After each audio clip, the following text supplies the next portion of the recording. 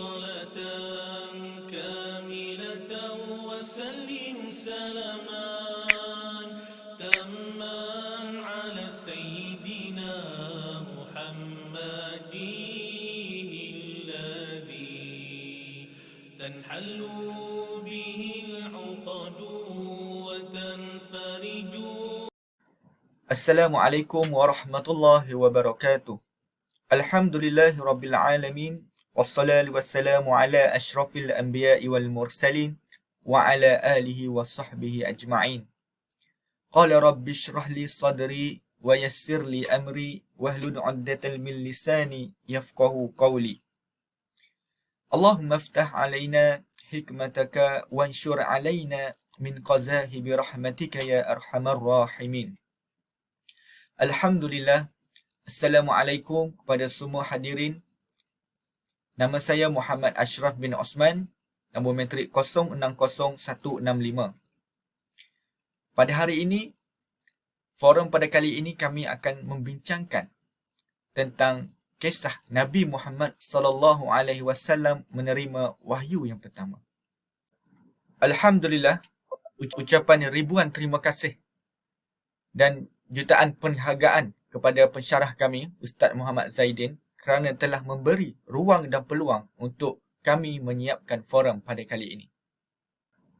Dan Alhamdulillah, semoga forum ini berjalan dengan lancar.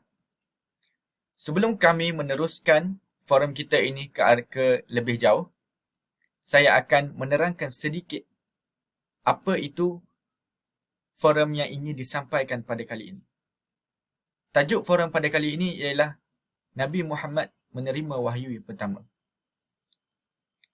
Jadi panel-panel kita pada malam ini akan menerangkan tentang bagaimana Nabi Muhammad menerima wahyu yang pertama. Surah Al-Quran, dari surah yang mana yang diturunkan kali pertama kepada Nabi Muhammad. Dan bagaimana keadaan Nabi Muhammad menerima wahyu. Dan siapakah yang bersama dengan beliau, itu yang kita akan bincangkan pada malam ini. Dan sebelum kita melangkah lebih jauh lagi, bab kata pepatah Melayu, tak kenal maka tak cinta. Okey, sebelum itu, saya akan memperkenalkan panel kita yang pertama, iaitu saudara Muhammad Afiq bin Azman, berasal daripada Johor. Dan seterusnya, panel kita yang kedua, Aiman Habibullah bin Muda, berasal daripada Terengganu. Dan panel kita yang ketiga, Muhammad Syahrul bin Syamsuddin, berasal daripada Kelantan. Dan panel-panel pada malam ini akan menerangkan kepada anda semua apa yang saya katakan tadi, iaitu bagaimana Nabi Muhammad menerima wahyu yang pertama, bagaimana keadaan beliau, surah mana yang diturunkan dahulu kepada beliau sebagai wahyu, itu yang akan kita bincangkan pada malam ini. Dan tidak membuang masa lagi, saya serahkan kepada panel kita yang pertama, iaitu Muhammad Afiq bin Azman, untuk membicarakan dan menyampaikan hujah beliau tentang apa tajuk yang ingin dia sampaikan pada malam ini berkaitan dengan Nabi Muhammad menerima wahyu yang pertama. Kita dengarkan. Apa yang jelas di sini? Pengertian wahyu menurut Islam secara ringkasnya, dari segi bahasa, apa-apa yang diturunkan Allah Subhanahu Wa Taala kepada orang pilihannya. Wahyu yang merupakan hidayah dan ilmu yang diberi secara rahsia, tersembunyi dan bukan diperolehi melalui cara yang terang-terangan, yang seperti kita belajar sekarang ni. Kita bertalaki dengan guru depan, contohnya face to face. Itulah. Daripada sudut istilahnya, apakah yang diturunkan kepada Nabi dan Rasulnya melalui perantaraan Malaikat Jibril? Malaikat Jibril adalah antara pembawa wahyu. Seterusnya dalam bentuk bertulis atau tidak bertulis yang mengandungi syariat bagi menguruskan kehidupan manusia. Firman Allah Subhanahu Wa Taala dalam surah An-Nisa yang bermaksud, sesungguhnya kami telah diberikan wahyu kepadamu wahai Muhammad, sebagai kami telah memberikan wahyu kepada Nabi Nuh dan nabi-nabi diutuskan kemudian daripadanya, dan kami telah memberikan wahyu kepada Nabi Ibrahim, Nabi Ismail, Nabi Ishaq, Nabi Yaqub serta nabi-nabi keturunannya, dan Nabi Isa dan Nabi Ayub dan Nabi Yunus dan Nabi Harun dan Nabi Sulaiman, dan juga kami telah memberikan kepada Nabi Daud kitab Zabur. Surah An-Nisa ayat 163.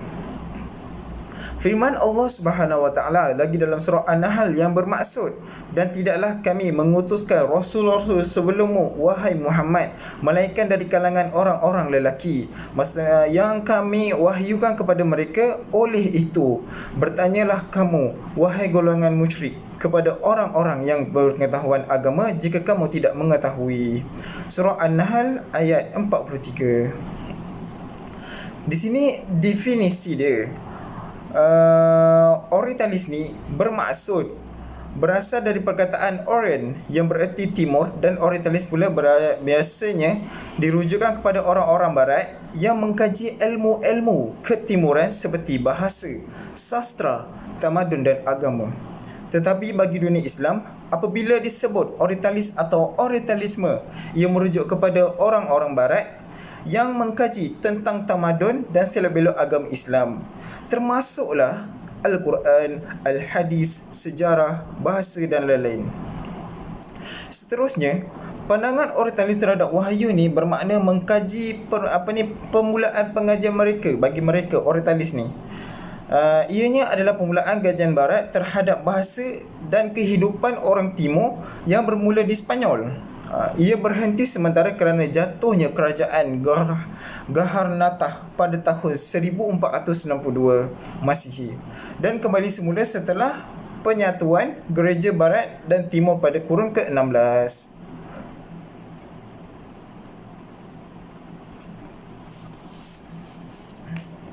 Seterusnya, kajian dan pendirian Orientalis terhadap wahyu dipengaruhi oleh pemikiran yang ditanam oleh kajian-kajian sebelumnya, maksud kajian yang lampau yang menyerang Islam, mencipta kekurangan kepada Nabi Muhammad SAW untuk mendapatkan kepuasan. Maksudnya kepuasan untuk orang-orang Eropah, dia dapat mengkritik Nabi Muhammad tu. Lalu mereka menyifatkan Nabi sebagai ahli sihir, pengkhianat, kuat nafsu, musuh kepada orang-orang Masihi.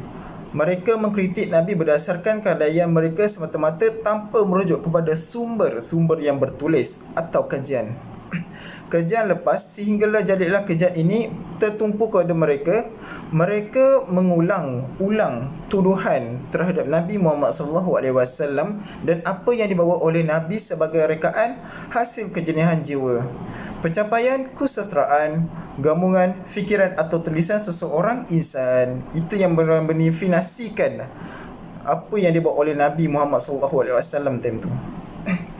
Seterusnya, pandangan mereka terhadap Nabi Muhammad SAW yang mana wahyu yang diturunkan kepada baginda boleh dinyatakan seperti berikut. Pandangan mereka terhadap Orientalis lah. Yang pertama, sebahagian mereka menganggap baginda sebagai pemimpin semata-mata. Maksudnya macam pemimpin tiba-tiba nak jadi terus jadi pemimpin. Tak boleh lah macam tu kan. Seterusnya, sebahagian menjadikan baginda sebagai seorang pembaharuan, reformer di dalam masyarakat. Maksudnya dia membawa satu ekor pembaharuan lah, untuk membangkitkan pembaharuan masyarakat kat situ maksudnya lah. Okey. Yang seterusnya, sebahagiannya mengira baginda sebagai seorang yang pintar di dalam alam ini. Seperti yang kita tahu, Rasulullah SAW tu ammian, maksudnya tak pandai menulis, tak pandai membaca. Takkanlah tiba-tiba jadi pintar kan. Tapi disebabkan wahyu yang Allah turunkan melalui perantaraan malaikat Jibril tu, Rasulullah, seperti yang kita tahu, apa yang dipaksa oleh malaikat Jibril tu, dia orang hafal, Nabi hafal paksa dia, macam tu lah penerimaan wahyu. Okey, kalau korang nak tahu lebih lagi pasal wahyu ni macam mana dia, korang boleh baca dekat buku pasal penerimaan wahyu, banyak. Okey. Seterusnya, segelintir mereka menzahirkan baginda sebagai seorang rasul. Mereka memang mendefinisikan Nabi Muhammad ni sebagai seorang rasul, memang seorang rasul. Tapi cuma diorang ni tak beriman dengan ajaran yang dibawa oleh Rasulullah SAW, tidak beriman kepada Allah. Tak macam kita lah, beriman kepada Allah. Seterusnya, lebih sedikit yang menyifatkan baginda sebagai seorang Nabi yang diberikan wahyu. Maksudnya tiba-tiba dapat ilham. Okey, dapat ilham tu gitu. Tapi sedikit sahajalah yang mempercayai Nabi Muhammad tu dapat wahyu. Seterusnya, antara perkara yang tidak disukai oleh Orientalis ialah yang saya dapat perincikan ialah kebencian terhadap Al-Quran. Al-Quran adalah kalamullah. Ortalis dari generasi ke generasi adalah bahawa Al-Quran bukan firman Tuhan melainkan karangan Muhammad. Maksudnya Nabi Muhammad yang menulis. Tak logik kan? Ketika mereka benci terhadap agama Islam sebagai bentuk perundangan Tuhan, maka secara tidak langsung mereka juga benci terhadap kitab suci yang menjadi sumber asasi bagi umat Islam, bagi agama kita, iaitu Al-Quran. Seterusnya harus diakui bahawa jika dilihat lebih jauh, Al-Quran dalam beberapa ayatnya banyak mengkritik ajaran yang ada dalam agama Kristian. Misalnya Allah berfirman yang artinya, sesungguhnya telah kafirlah orang-orang yang berkata sesungguhnya Allah ialah Al-Masih putera Maryam. Surah Al-Ma'idah ayat 72. Dalam ayat lain dia berfirman, sesungguhnya kafirlah orang-orang yang mengatakan bahawa Allah salah satu dari yang tiga. Allah tu yang kita percaya, Qul Allahu Ahad, Allah yang satu. Dalam surah Al-Maidah ayat 73. Dalam surah Al-Tawbah pun ada juga ayat yang ke-31. Selain itu, dia juga berfirman, padahal mereka tidak membunuhnya dan tidak menyalibnya, tetapi orang-orang yang diserupakan dengan Isa, bagi mereka di samping itu Allah juga melaknat orang-orang Nasrani kerana menyatakan Al-Masih itu putera Allah. Al-Masih itu putera Allah. Allah tu tidak beranak pinak. Yang kita belajar tentang asma al-husna, seluruh sifat, banyak kita belajar bab akidah, bab tauhid. Kita pun diajar daripada sekolah rendah, dari sekolah petang. Semua basic-basic tu kita belajar. Yang Allah tu tak ada yang, maksudnya tak ada berganda 2, 3, 4, 5, 6. Maksudnya kita ni Allah tu cuma satu saja. Satu je macam kita belajar. Qul huwallahu ahad. Allah tu satu saja. Sedangkan orang yang beragama lain yang masuk keluar Islam, kita tengok agama-agama lain, diorang banyak Tuhan. Macam agama Buddha, banyak Tuhan. Hindu banyak Tuhan, banyak. Tapi dalam kita Islam yang telah dididik pada kecil, mak ayah kita ajar Allah tu satu je, Qul Allahu Ahad. Maksudnya Allah tu satu, Allah tu sedia ada, tidak beranak pinak, tidak akan mati, tidak ada awal dan tidak ada akhir.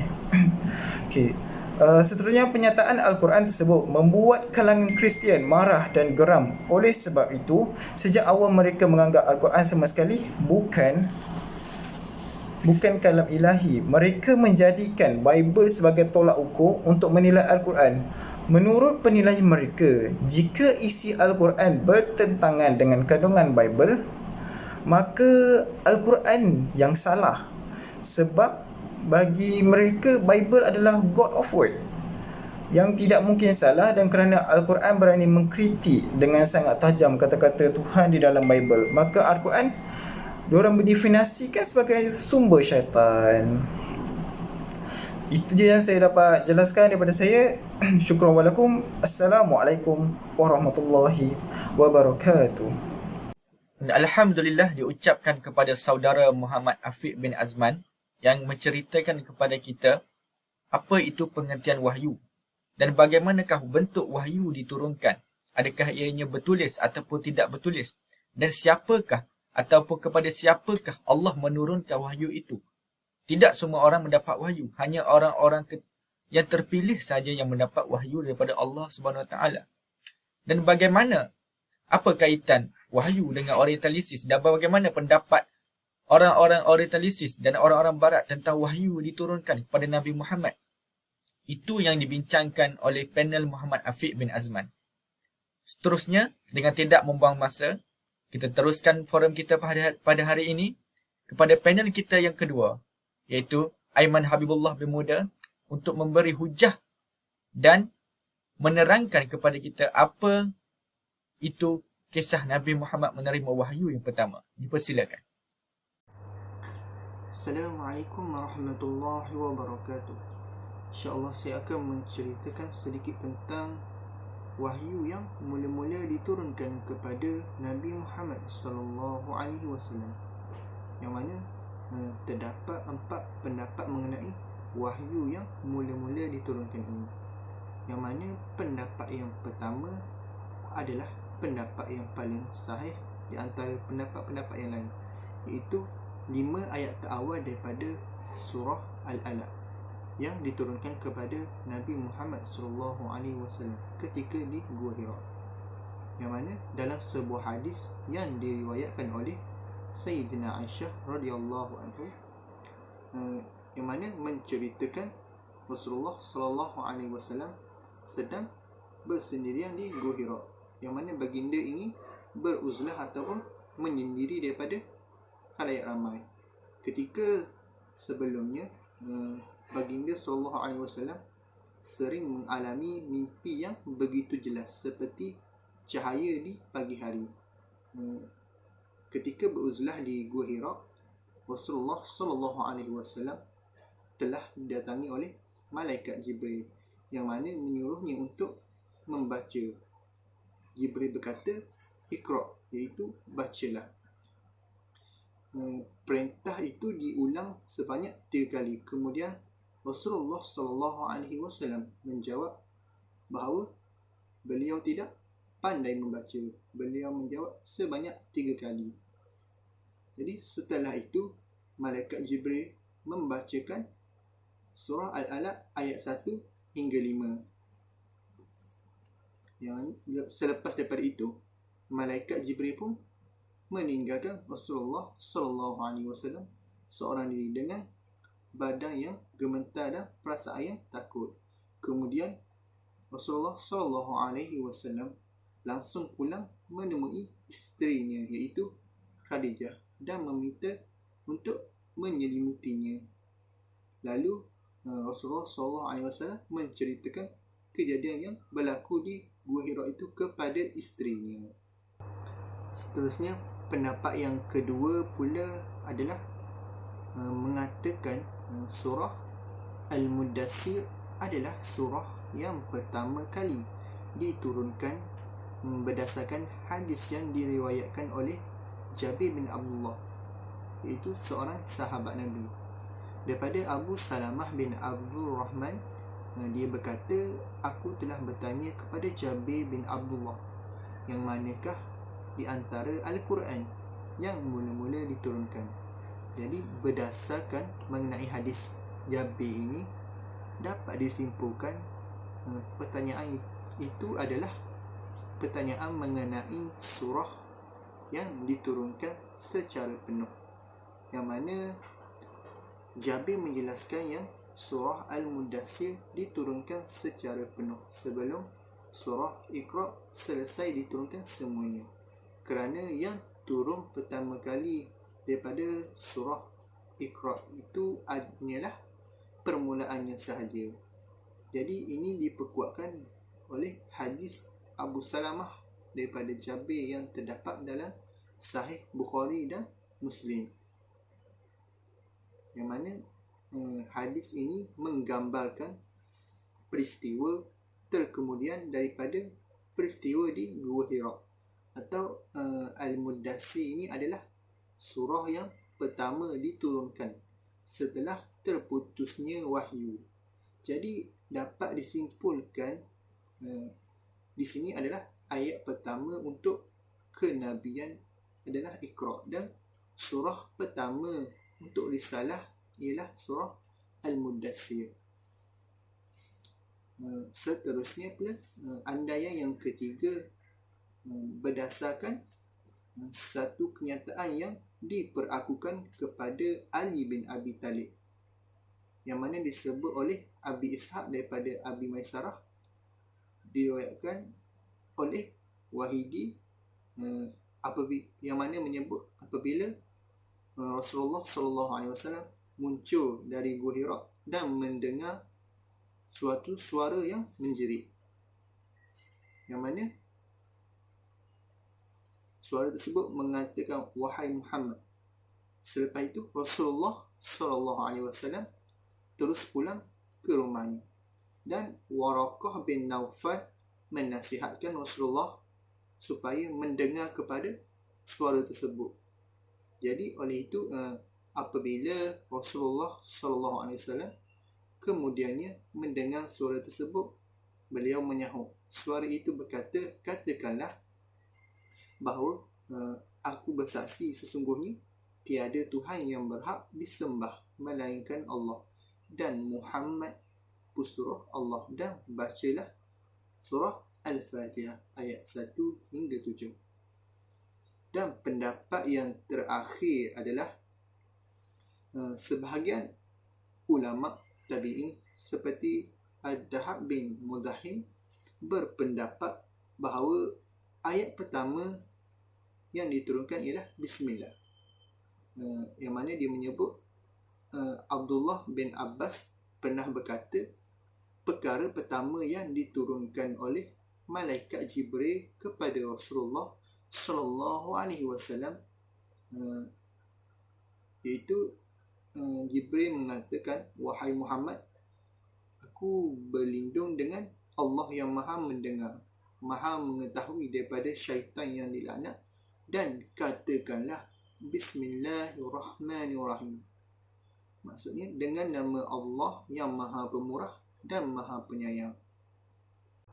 Seterusnya saya akan menerangkan tentang kandungan yang terdapat dalam ayat 1 hingga 5 surah Al-Alaq, yang mana kita tahu ayat 1 hingga 5 dalam surah Al-Alaq ini merupakan ayat Al-Quran yang pertama kali diturunkan.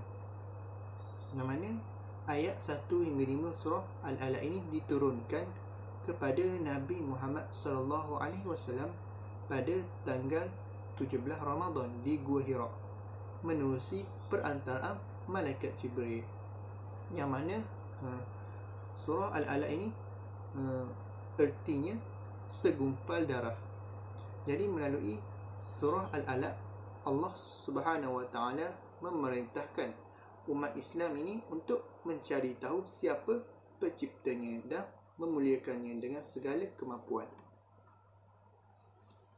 Tidak hanya itu, manusia juga diwajibkan untuk sentiasa bersyukur atas nikmat yang telah diberikan oleh Allah Subhanahu wa taala. Jadi kandungan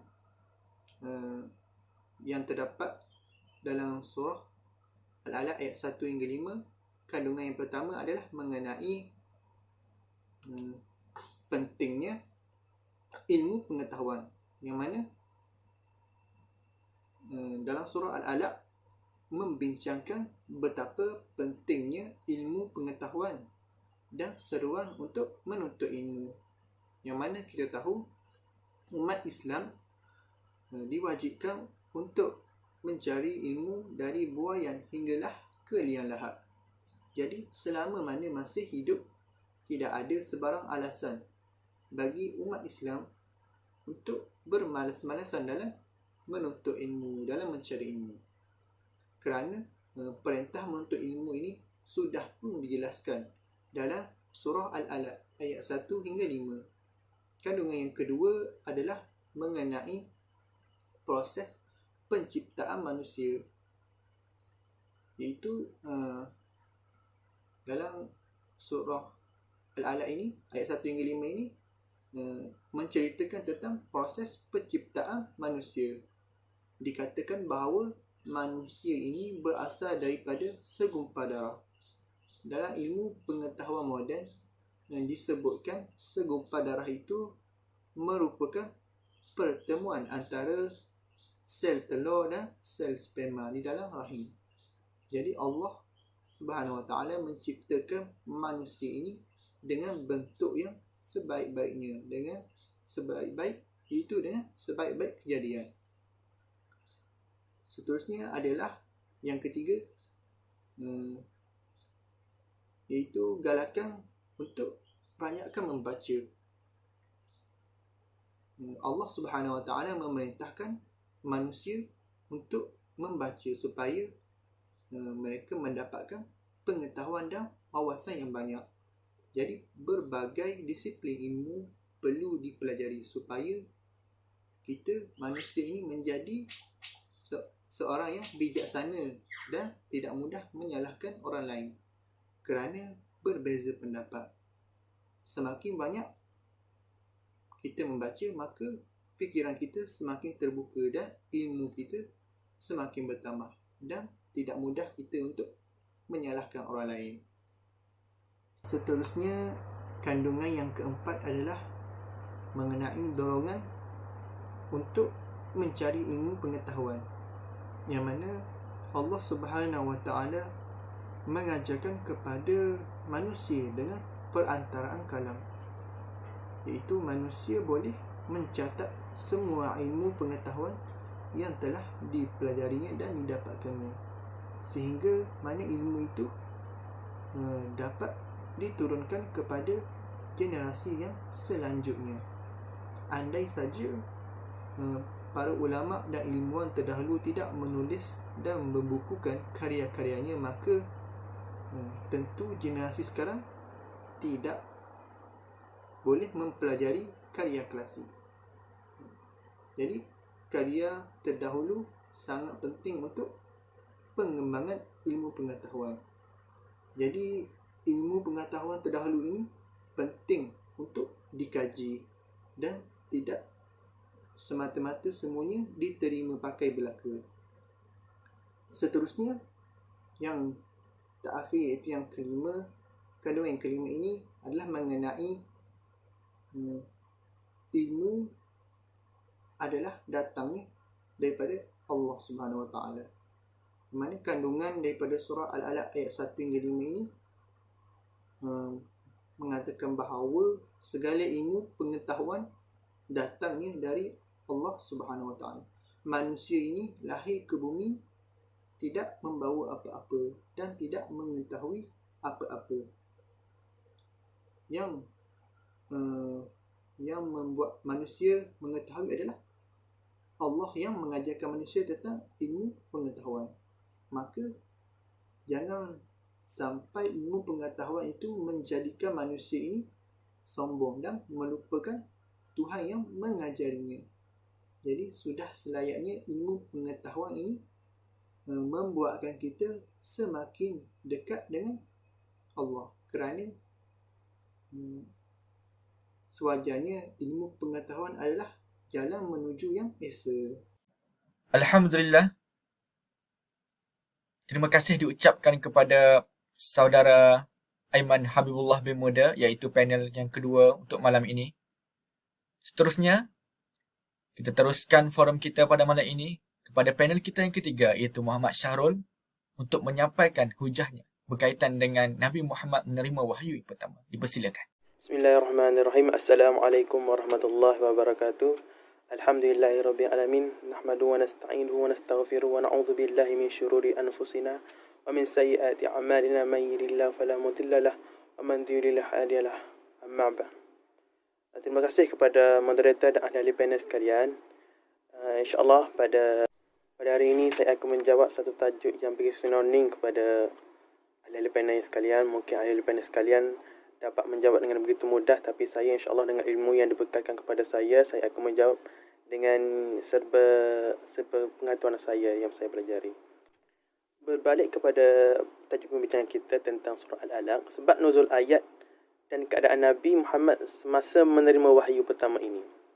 Berdasarkan hadis yang diriwayatkan oleh Imam Al-Bukhari dan Muslim daripada Aisyah radhiyallahu anhu, awal mula wahyu diturunkan kepada Rasulullah SAW berupa mimpi yang benar. Ketika itu Rasulullah SAW mendapat mimpi yang benar seterang cahaya pagi. Kemudian beliau berkhalwat, yakni menyepi. Beliau berkhalwat di Gua Hira untuk beribadah selama beberapa malam sebelum beliau kembali kepada keluarganya, yakni kepada Siti Khadijah. Rasulullah SAW membawa bekalan makanan untuk berkhalwat. Lalu beliau pulang menemui Siti Khadijah radhiyallahu anhu untuk mengambil bekalan lagi. Ketika Rasulullah SAW berada di Gua Hira, beliau didatangi oleh Malaikat Jibril AS, dan Malaikat Jibril mengatakan kepada Rasulullah SAW, "Iqra'," yakni bacalah. Lalu Rasulullah SAW menjawab, "Aku tidak boleh membaca." Rasulullah SAW bersabda, lalu malaikat itu memelukku sekeras-keras sehingga nafasku terasa sesak. Kemudian dia melepaskanku, lalu dia katakan lagi, "Iqra', bacalah." Aku menjawab, "Aku tidak boleh membaca." Dia memelukku lagi dua kalinya dengan keras sehingga nafasku terasa sesak. Lalu dia melepaskanku, kemudian dia membacakan, "Iqra' bismi rabbikal ladzi khalaq, khalaqal insana min 'alaq, Iqra' wa rabbukal akram alladhi 'allama bil qalam 'allamal insana ma la ya'lam. Maksudnya, bacalah dengan menyebut nama Tuhanmu yang menciptakan. Dia telah menciptakan manusia dari segumpal darah. Bacalah, dan Tuhanmu lah yang maha pemurah, yang mengajarkan manusia dengan perantaraan kalam. Dialah mengajar kepada manusia apa yang tidak diketahui. Surah Al-Alaq ayat 1 hingga 5. Kemudian Nabi Muhammad SAW pula membawa wahyu dengan hati yang penuh ketakutan. Beliau menemui Sayyidatina Khadijah binti Khuwailid. Lalu baginda berkata kepada Sayyidatina Khadijah binti Khuwailid, selimutlah aku. Maka Sayyidatina Khadijah menyelimuti Nabi Muhammad SAW sehingga rasa takut beliau hilang. Nabi Muhammad SAW menceritakan kepada Sayyidatina Khadijah peristiwa yang telah berlaku kepada beliau. Kata beliau, aku takut akan terjadi sesuatu kepadaku. Sayyidatina Khadijah menjawab, demi Allah, tidak akan terjadi apa-apa. Allah tidak akan membuatmu hina kerana engkau selalu menyambung silaturahim dengan kerabat, menolong fakir miskin, menghormati tetamu dan membantu orang-orang yang tertimpa musibah. Selepas kejadian itu, Sayyidatina Khadijah mengajak Nabi Muhammad SAW untuk pergi menemui Waraqah bin Naufal bin Asad bin Abdul Uzza, yakni sepupu Sayyidatina Khadijah. Waraqah adalah orang yang beragama Nasrani pada masa jahiliyah dan pernah menulis kitab Injil dalam bahasa Ibrani. Ketika itu, Waraqah sudah tua dan buta. Kata Sayyidatina Khadijah, hai sepupuku, dengarlah kata-kata sepupumu ini, yakni Muhammad. Waraqah bertanya kepada Nabi Muhammad SAW, hai sepupuku, apa yang engkau alami? Rasulullah SAW menuturkan kepada Waraqah apa yang telah beliau alami. Lalu Waraqah mengatakan kepada beliau, iaitu Jibril yang telah diutuskan oleh Allah kepada Nabi Musa. Betapa seandainya aku masih muda dan masih hidup ketika nanti kaummu mengusirmu. Rasulullah SAW bertanya, apakah mereka akan mengusirku?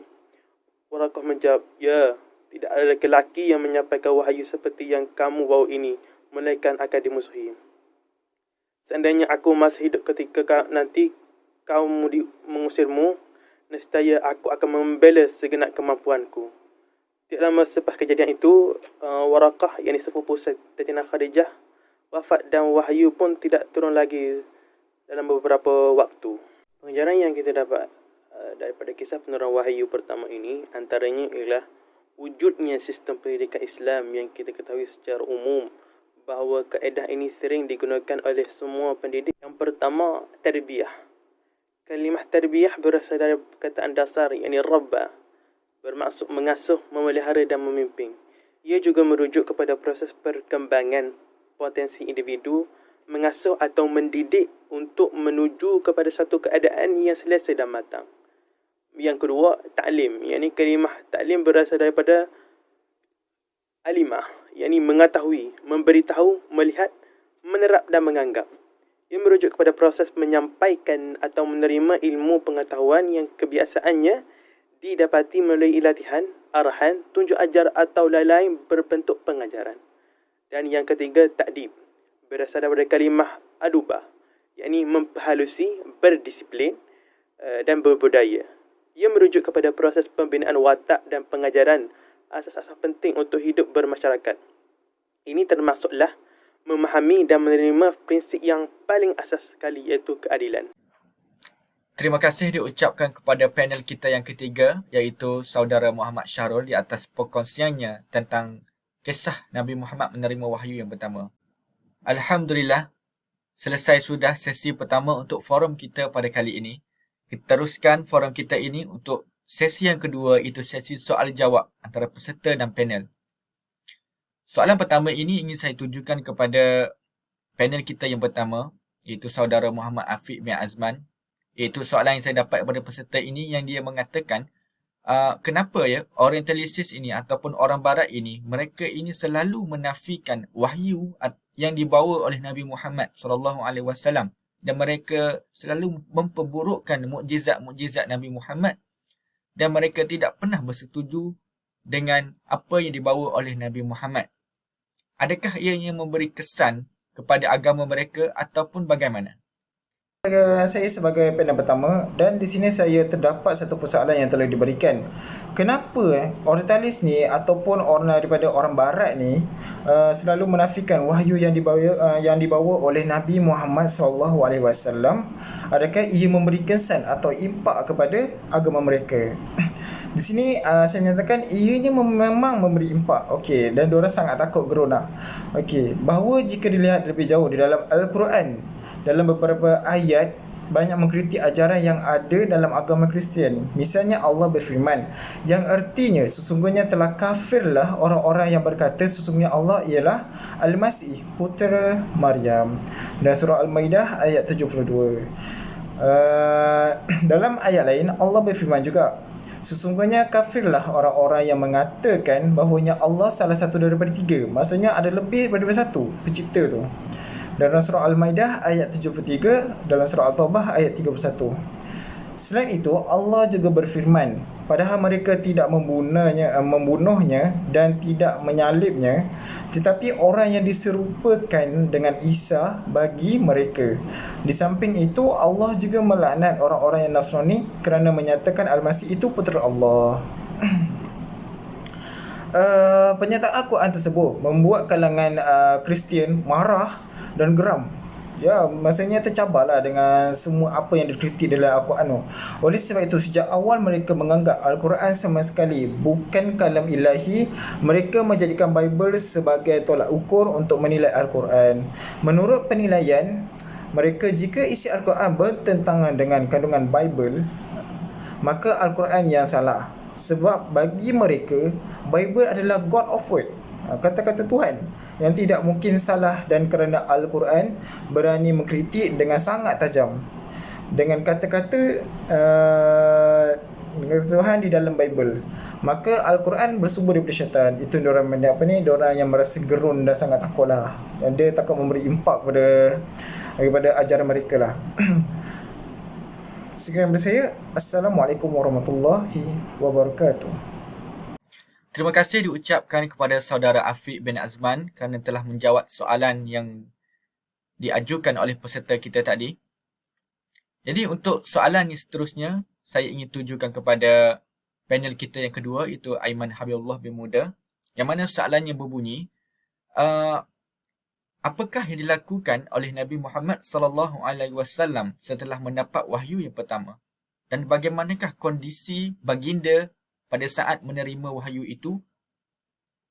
Dan apakah langkah seterusnya setelah Nabi Muhammad mendapat wahyu? Adakah baginda terus dakwah kepada orang musyrikin pada masa itu ataupun sebaliknya? Dan siapakah yang bersama baginda pada masa itu? Terima kasih kepada tuan moderator. Jadi untuk menjawab kepada soalan yang dikemukakan tadi, dalam satu hadis yang diriwayatkan oleh Bukhari yang mana mengisahkan selepas Rasulullah SAW menerima wahyu di Gua Hira, baginda SAW terus pulang ke rumahnya dalam keadaan yang menggigil, dan baginda menyuruh isterinya iaitu Khadijah untuk menyelimutinya. Jadi kondisi baginda pada masa ini dikatakan bahawa tubuh baginda mengalami kedinginan yang teramat sangat, kerana rasa dingin yang kuat telah membuatkan tubuh baginda menjadi menggigil, dan bahkan baginda meminta isterinya untuk memberikan selimut yang lain supaya dapat meredakan rasa dingin yang melanda tubuhnya. Jadi rasa dingin yang dialami oleh baginda itu adalah efek daripada wahyu yang diturunkan. Memang tubuh Rasulullah SAW selalu merasa dingin yang teramat sangat apabila wahyu turun. Perkara ini selalu terjadi berulang kali kepada baginda. Bahkan setelah meninggalnya Khadijah, beliau meminta isterinya iaitu Aisyah untuk menyelimuti tubuhnya setelah menerima wahyu daripada Allah. Jadi selepas Khadijah menyelimuti baginda Rasulullah SAW, Rasulullah SAW berkata kepada Khadijah, wahai Khadijah, apa sudah terjadi kepadaku. Dan Rasulullah SAW menceritakan apa yang berlaku di Gua Hira. Kemudian Rasulullah dan Khadijah pergi bertemu dengan Waraqah bin Naufal, iaitu saudara lelaki kepada ayah Khadijah. Jadi Khadijah berkata kepada Waraqah, "Wahai pakcik, dengarlah apa yang ingin diperkatakan oleh anak saudaramu ini." Maka Waraqah berkata, "Wahai anak saudaraku, apakah yang telah kamu lihat?" Nabi SAW menceritakan apa yang telah berlaku. Waraqah berkata, "Itu adalah malaikat Jibril yang telah diturunkan kepada Musa. Jadi andai kata aku masih muda dan hidup ketika mana kaum menghalau kamu satu hari nanti." Nabi SAW berkata, "Adakah mereka akan mengeluarkanku?" Waraqah berkata, "Ya, tidak ada seorang pun yang pernah mengalami seperti mana kamu ini. Jika aku sempat, maka aku akan membantu kamu sehabis mungkin."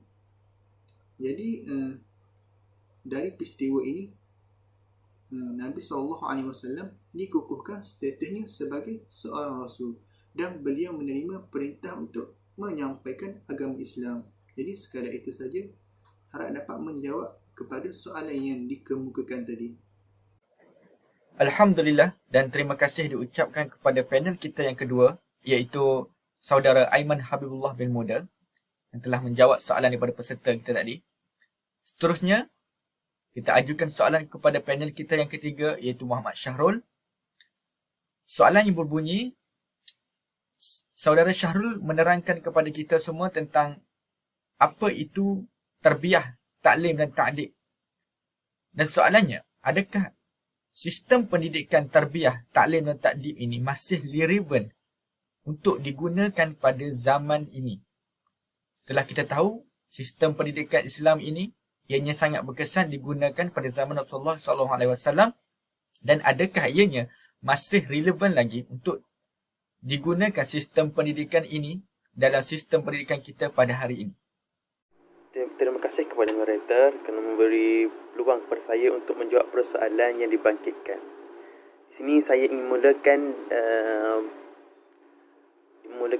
jawapan ini dengan sepotong hadis yang berbunyi, "Man arada ad-dunya fa'alaiha bil ilmi, wa man arada akhirah fa'alaiha bil ilmi, wa man aradahuma fa'alaiha bil ilmi."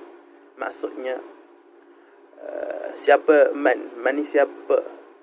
yang nak dunia, maka ke atas dia ada ilmu. Wa man arada al-akhirah, dan siapa nak akhirat, ke atasnya perlu ada ilmu.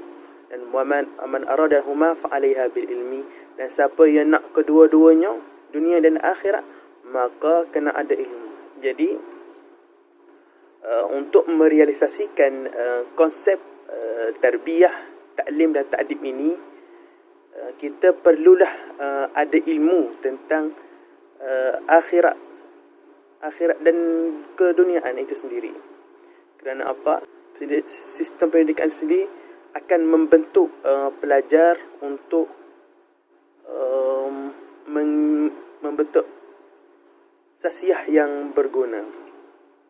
Jadi sistem pendidikan tarbiyah, taklim dan ta'dib ini akan membacakan satu statistik kajian yang dilakukan oleh satu penyelidik institusi perguruan di beberapa buah sekolah menengah kebahasaan dan menengah kebahasaan agama di Selangor.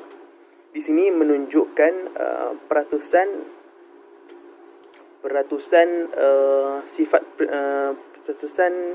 yang dikaji adalah sifat peribadi, amalan sosial dan amalan agama. Di sini menunjukkan sekolah menengah kebahasaan agama lebih mendominasi ketiga domain ini, berbanding sekolah menengah kebahasaan. Ini membuktikan bahawa sistem tarbiyah dan ta'dib ini masih relevan. Kerana apa?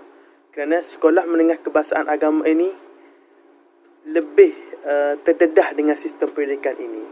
Kita tahu bahawasanya sistem pendidikan ini diajar dan mungkin ada silibus mata pelajaran yang diajar kepada mereka untuk dipraktikkan kepada pelajar-pelajar itu sendiri. Kita tahu mungkinlah sekolah menengah kebahasaan ada satu pelajaran mata pelajaran pengajian Islam itu, tapi tidak mencukupi untuk pelajar-pelajar lebih terdedah kepada ilmu-ilmu Islam ini sendiri, yakni ilmu tarbiyah, ta'dib dan ta'lim itu sendiri. Sistem ini relevan dipraktikkan sepatutnya seluruh sekolah-sekolah kebangsaan, lebih kan lagi subjek-subjek yang berkaitan dengan agama, bukan saja menekankan kepada ilmu dunia saja, tapi perlulah mengimbangi seperti sekolah menengah kebangsaan agama berkaitan dengan ilmu ini sendiri. Alhamdulillah, forum kita sudah ingin sampai ke penghujungnya. Ribuan terima kasih diucapkan kepada panel kita yang ketiga, iaitu Muhammad Syahrul, sudi menjawab soalan daripada peserta tadi. Apa yang dapat saya simpulkan daripada forum kita ini, kita dapat tengok bagaimana tabahnya Nabi Muhammad SAW untuk meneruskan dakwah beliau, untuk meneguhkan agama Islam pada masa itu, untuk menyebarkan dakwah Islam kepada orang Arab pada masa itu. Betapa teguhnya beliau sehingga beliau berasa takut saat menerima wahyu. Ini pengorbanan Nabi Muhammad SAW dan tidak dapat kita balas sebagai umat. Dan ujian yang diberikan oleh Nabi Muhammad SAW untuk menyampaikan dakwah Islam pada masa itu cukup berat. Cukup susah juga untuk masyarakat Arab pada masa itu untuk menerima dakwah Nabi Muhammad SAW. Dan bagaimana cara Nabi Muhammad SAW menyampaikan dakwah beliau? Yang pertama, beliau menyampaikan dakwah Islam ini pada orang yang terdekat dengan beliau, seperti ahli keluarganya, isterinya. Dan pusat pertama yang menjadi penyebaran agama Islam iaitu di rumah Abi Alqam bin Abi Al-Alqam. Dan seterusnya, apa yang ingin saya perkatakan ialah Allah SWT ini tidak akan menguji seseorang hambanya itu melebihi batas kemampuan seorang hamba itu. Sekarang ini, kita semua rakyat Malaysia sudah hampir 2 tahun kita menghadapi virus ataupun wabak COVID-19 ini. Dan ini adalah satu ujian yang diturunkan oleh Allah SWT untuk umat kita hadapi ujian ini dengan penuh sabar dan tenang. Dan kita berharap pada suatu hari nanti Allah SWT menghilangkan wabak ini dengan sekelip mata sahaja, insya-Allah, dengan kekuasaan Allah SWT. Seperti mana yang berlaku di Palestin, saudara kita diuji dengan kekejaman ataupun kezaliman dilakukan oleh rejim Zionis, di mana saudara kita telah banyak dibunuh, dibakar, rumah-rumah dirompak dan sebagainya. Dan akhir kata daripada saya, bersabarlah dengan setiap ujian yang Allah turunkan kepada kita, seperti Nabi Muhammad SAW sentiasa bersabar dengan ujian yang mana menimpa baginda untuk menyampaikan dakwah Islam, sehinggakan dakwah Islam ataupun agama Islam ini sampai kepada kita hari ini, alhamdulillah. Dan kita tutup majlis forum kita dengan tasbih kifarah dan suratul Al-As. Assalamualaikum. Terima kasih semua.